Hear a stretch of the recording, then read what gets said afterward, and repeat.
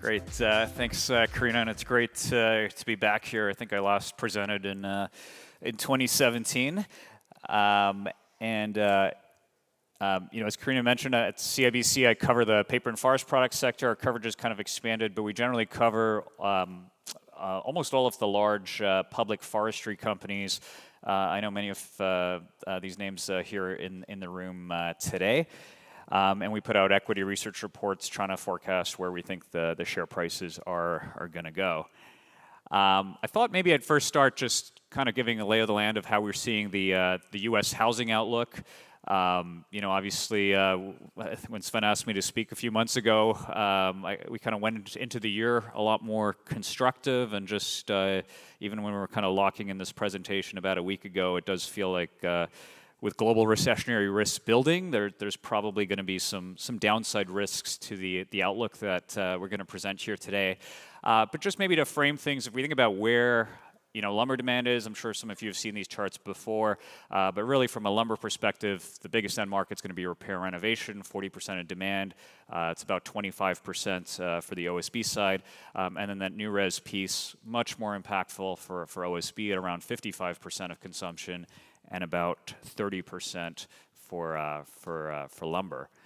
And just seeing where U.S. housing starts are tracking, we continue to think the long-term fundamentals for housing remain quite constructive in the U.S., just given the level of underbuild. Some of you may have seen this type of analysis before, and if you kind of say 2000 was a balanced market, you would kind of say we're at least 2 million housing starts underbuilt in the U.S. We think this year we're tracking to close to 1.36 million starts. The latest data we had a few weeks ago for the month of February were actually stronger than that at around 1.5 million. And building permits we're tracking at around 1.46 million.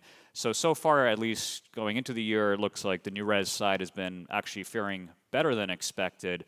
But certainly when you look at the public home builder stocks and some of the more I'd say more forward-looking indicators in housing starts, the financial investor community is getting more nervous on the outlook. And I think the main reason for that is just still where mortgage rates are. And you look in the U.S. and as many of you know, the big difference between the Canadian and U.S. mortgage system is in the U.S. You're not just a 30-year amortization, you're actually locking in that rate for the full 30 years. And rates remain stubbornly high. Today at around 6.9% in the U.S. And that has led to what, last week the CEO of RH, the large home furnishings company in the U.S., characterized as the worst housing market in almost 50 years. And the reason he was saying that, and this was kind of reflected in the share price, RH, their stock fell 40% last week, was just because of the sort of lock-in effect. Because so many Americans refinanced their mortgages in recent years, you've got about 75% that have sub 5% mortgage rates. So to convince those, might have been starter home buyers a couple of years ago who are sitting with a sub 5% rate, they might have outgrown their home and they ideally would prefer to move up to a bigger home, but they just can't bring themselves to walk away from sub 5 to pay 7% today. And a stat I thought was interesting that RH was citing is that the number of existing homes sold in 2024 was the same as 1978, despite the U.S. population being over 50% higher. So it just speaks to just how little turnover is playing out in the existing housing market in the U.S. because of this lock-in effect. And if we look at certain other indicators, affordability remains a challenge in the U.S. A lot of these stats come from Redfin.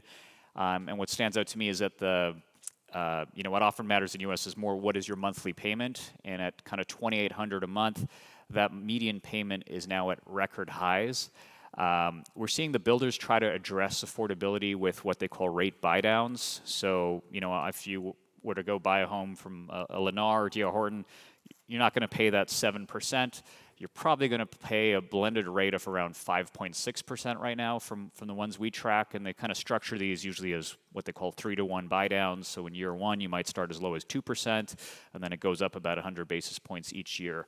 But the key difference between now and pre-financial crisis is you still have to qualify at the highest rate. So the builders are creating incentives to stimulate demand on the new res side, but it's not causing any structural challenges down the road, at least for the sort of stability of the U.S. housing market.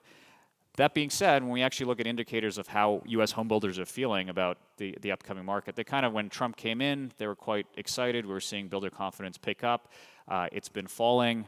The latest month of data we had was from March, and builder confidence, the HMI survey came in at 39. The sort of street was looking for 43.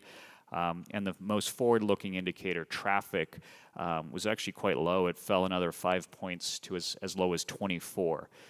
And we saw, at least amongst the builders that report into the survey, that close to 30% of them reported lowering their prices in March. And that was up from around 25% the month before, and that typical discount was around 5%.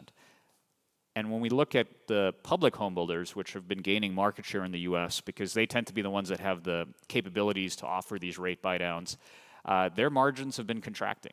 And quite a few of them have said that they've taken the approach that they want to focus on maintaining pace and not be margin proud. The good thing from wood products demand standpoint is because these builders are still earning relatively healthy margins, they can afford to do that, and it's coming more at the expense of their shareholders than the broader housing market. But we have seen, at least amongst the U.S. public home builders that have reported results in recent weeks, they've all been pointing to a disappointing spring selling season. So in the U.S., we kind of think after Super Bowl Sunday, that's when the spring selling season kicks off, and it's been a slow start. That was what KB Home was saying 2 weeks ago. And an interesting fact, they said that they've now cut prices across half their communities to try to stimulate demand. And then a couple of weeks before that, we had Lennar report results, so the second biggest home builder in the U.S., and they are, again, similar theme, high traffic, but low buyer confidence to actually transact. And the stat that stood out to me from Lennar is, in a normal market, their incentives are typically, call it 5% to 6%. But in their fiscal Q1, those incentives had more than doubled to 13% because they're just focused on clearing inventory. And it's it's similar on this chart showing the Lennar margins on the bottom right there, 18.7%. They're guiding to 18% for the upcoming quarter because, again, they're going to be incentivizing, whereas in a more normalized market, Lennar's margins would be probably in the mid-20s. So far, the new res is holding up, but it is coming at the expense of margins for the public builders. If we turn to Canada, from a lumber consumption standpoint, only 12% of North American lumber consumption. From a single-family start perspective, it's even smaller. Only about 5% of North American starts come from Canada. Our CIBC economics team is expecting housing starts to pick up in 25, 26. I know my colleague Ben presented his outlook that we think population growth is going to exceed some of the government forecasts. But we're expecting about a 6% increase this year, close to 260,000 starts, and then next year closer to 275,000 starts, which would be about 7% growth. That being said, we obviously have a Canadian federal election underway, and there's been a lot of promises from all parties about ways to stimulate housing in this country. I believe the Liberals are out with a target of close to 500,000 homes per year over the next decade, which, if they could achieve that, that would be over kind of double where we were tracking last year. From what I understand, they're talking a lot about growth in manufactured homes. I suspect a lot of the growth would also need to come in multifamily. So even if they could deliver on their targets, I think the upside from a wood products demand standpoint would be a lot more modest, just given the predominance of multifamily in Canada. If we turn to repair and reno, that 40% of demand that's tied to R&R. We've had quite a few of the big bellwethers, whether it be Home Depot and Lowe's, present their outlooks pretty much since December, and they've all been very cautious for the year ahead. Home Depot is pointing to probably 1% comp sales growth for them, but they're the biggest player in the market, call it 17% market share, and they're gaining share. But the overall market, at least per Home Depot's outlook, is for a flat renovation market. That's kind of similar to what we've seen from some of the other big bellwethers in the U.S. that we track. I know some people look at the Harvard LIRA index that gets a bit more positive later in the year, up to sort of positive 1.2% comps by Q4. But just given, I think, the recent inflationary pressures we're seeing in the U.S., I think it's going to be a challenge for us to really see any meaningful R&R growth in 2025. Just to frame, how much R&R, as we know, lumber benefited significantly during the pandemic with the big run-up in lumber prices. We're still, call it 30-40% below kind of COVID highs for renovation activity. And then when we turn to, this is a chart from Fortune Brands as to sort of, where is that demand coming from?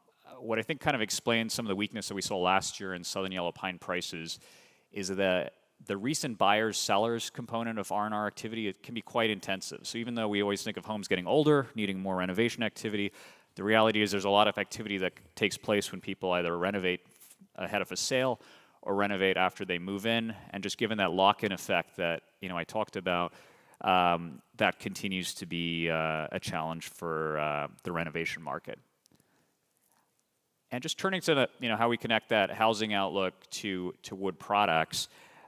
When we look at lumber and OSB prices, certainly this year we've had a bigger run-up than we would have expected on tariff concerns and buyers trying to position themselves ahead of that. But we still think on a full year basis, our forecast is $450 for SBF. And for next year, we think prices push closer to $500, around $490. And then similarly on the OSB side, we think this year will be a bit of a pullback from last year, around $395, and then prices holding in at around $500 next year. So a little less momentum on the OSB side, but that's really just given the supply side dynamics that I'll go into. And then just how does that reflect on an operating rate basis? Here we're expecting operating rates for lumber to tick up this year and then see a much more substantial improvement in 26, closer to 83%. On the OSB side, it's, just given the supply additions, it's going to be a bit more challenging to really drive operating rates higher. But I just caution that when I think about operating rates in this industry, OSB operating rates always seem more firm to me because the mills run 24/7, whereas with lumber, just given you've got mills typically running 2 shifts, and in strong markets they can add hours, it always feels like there's more latent lumber capacity than these sort of statistics might suggest. Investors have often been asking me this year, like, what's going on with Southern Yellow Pine prices? Because obviously in 24 the variance between SBF and Southern Yellow Pine really expanded. Currently, at least if you're looking at the Millgate prices, you're at around $120 discount. We expect that to narrow next year, closer to $40. And I think that discount is reflecting just the reality of we've had a lot of supply come out of BC. All the supply additions that have come on have been in the U.S. South. And then the weakness that we saw in the renovation market, that's disproportionately affected Southern Yellow Pine, just given so much of it is tied kind of 40% to treating demand. And this is just a breakdown of all the supply curtailments that we're tracking. Really nothing of note here in 2025, but at least in 24, it was a substantial amount of capacity removed across the industry. By our count, about 3.8 billion board feet came out of North America last year. And what was really notable was, you had about 2.7 come out of BC, but you also had 1.6 billion come out of the South. And that actually surprised a lot of investors because people had, previously not expected a lot of capacity to come out of the South. Investors had been under the assumption that mills are generally always going to be making healthy returns in the South. But what we saw there is a lot of these companies that curtailed mills in the South are kind of top 5 lumber producers. And they ended up often facing a choice of upgrading an older mill or investing in other facilities. And in many cases, they opted to close mills that either had challenging fiber baskets or were in coastal markets or had challenging labor situations in favor of just doubling down on production growth at other sites in the South. So I think a lot of that capacity that came out of the South is probably gone for good. But I do think that production potential could easily come back just by those companies investing at other sites that they have across the South. We also, have been tracking all the capacity additions, and this chart just starts from 2023, but the list has really thinned out. Just given the weaker lumber market, where we haven't really seen projects get canceled, but it's been quite a while since I can recall a major new mill being announced. So it is, I guess that's encouraging, but also kind of just reflects the capital cost inflation we've seen, where greenfield costs have pushed over 800 plus per ton, and at this sort of global trade war, that figure probably heads even higher. Wanted to turn to on the import side. Offshore imports clearly been an issue in recent years. Recently, the data has been trending down, and actually, in 2023 it fell 7%. 2024, the offshore imports fell 14%, and through the first 2 months of 2025, they're off another 14%. And we've seen a big drop in Germany, down over 20%, Sweden down over 10% as well. And then how's this translated to profitability? This chart's just showing EBITDA margins for some of the large public companies. What kind of stands out is OSB has actually been still very profitable, and lumber continues to be a struggle. But at least from a closeness of the company margins, they are all pretty close together. So you are seeing that cost curve, at least among some of the big publics, really start to narrow. This is based on some data that we track that the FEA compiles, and looking at costs. And what kind of stands out to me here is just how much higher cost the Canadian jurisdictions are. This is showing duties and tariffs based. When we built this was if you had tariffs in there as well, what it would come to. So BC costs clearly quite elevated, and the U.S. South kind of in the 300 to 325 zone.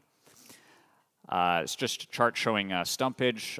What kind of stands out here to me is the Alberta industry can have very low stumpage costs, and that's why, just given their stumpage system is so dynamic, in weak markets, you almost never see curtailments in the province of Alberta. I wanted to, just in the last couple of minutes here, turn to the softwood lumber trade file and what things could mean there. So I priced this chart last week, and that was before we got the finalized AR6 CVDs. So some of these figures would actually move higher. But essentially, the softwood lumber duties, as we all know, started at 27%. Based on the latest figures that we got over the weekend, it's looking like the rates where we previously thought, like when we priced this last week, that we're going to be ending the year closer to 28%. It's looking like that's now going to be more like 35%, with 14% CVDs and 20% ADDs. And just on a relative basis, amongst the companies I cover, West Fraser's rate's going to go up from, call it 12 to 26. Canfor will be paying as high as 47%, and the rest of the broader Canadian industry is going to be facing 35% duties by year end. But this does not reflect potential Section 232 tariffs. So that's the risk where, earlier we were worried about potential tariffs, and we've done some analysis on what that might mean for a typical sawmill. For now, anyway, we're not worried about tariffs, but the risk of the Section 232 investigation putting additional tariffs on Canadian industry still remains. I think the U.S. government has I think it was a 180-day window to finalize that investigation, but it does seem like the Trade Secretary is looking to accelerate that.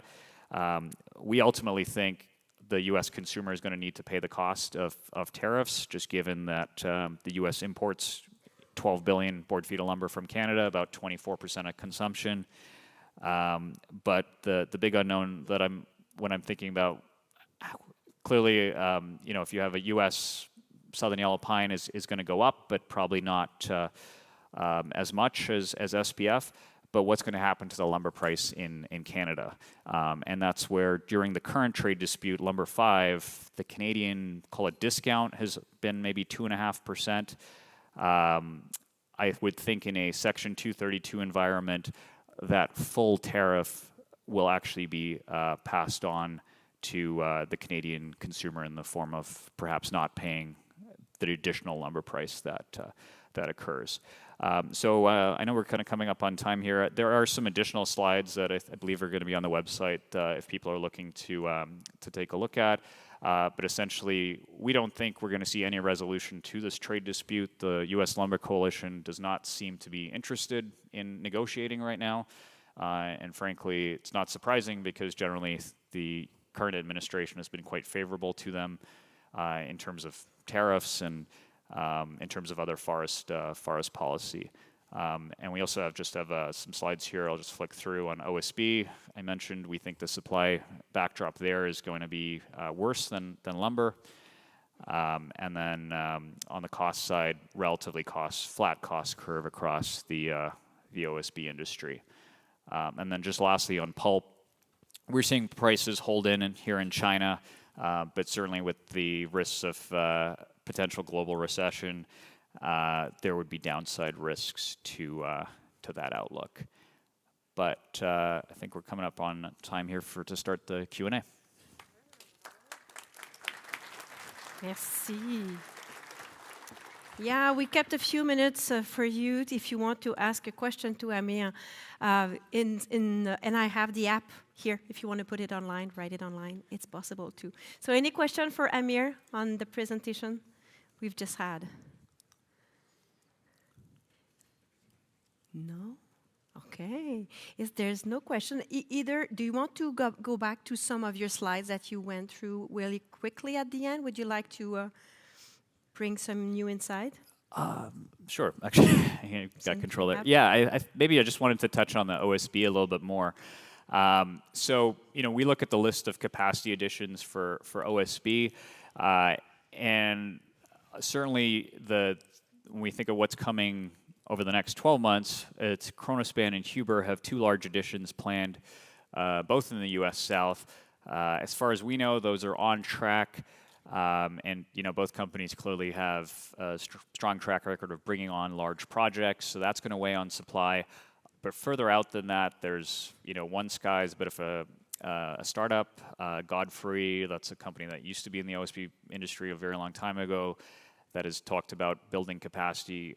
I think there's probably more question marks around some of the later additions that we see there. So the OSB market on paper looks like it could be heading into an oversupply situation, but I suspect, just given the nature of some of these startups, that perhaps the effect will actually be a bit more balanced. But maybe I'll leave it there. Super. A big round of applause for Hamir Patel for this presentation. Thank you so much. Thank you. Merci. And